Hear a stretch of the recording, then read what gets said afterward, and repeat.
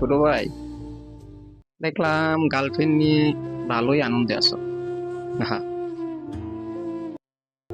তাই কিছু কথা বলি, শোনো।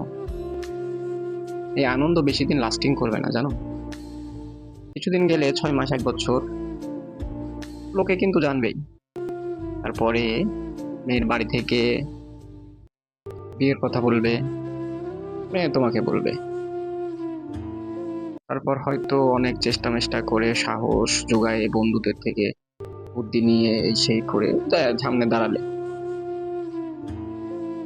তুমি যখন বিয়ের সামনে দাঁড়াবে, তখন এমন কিছু শর্ত তোমাকে দিবে, যেটা যে শর্ত দিবে তার করতেও 30 থেকে 40 বছর সময় লাগবে, কিন্তু তোমাকে বলবে 1 বছরে করতে।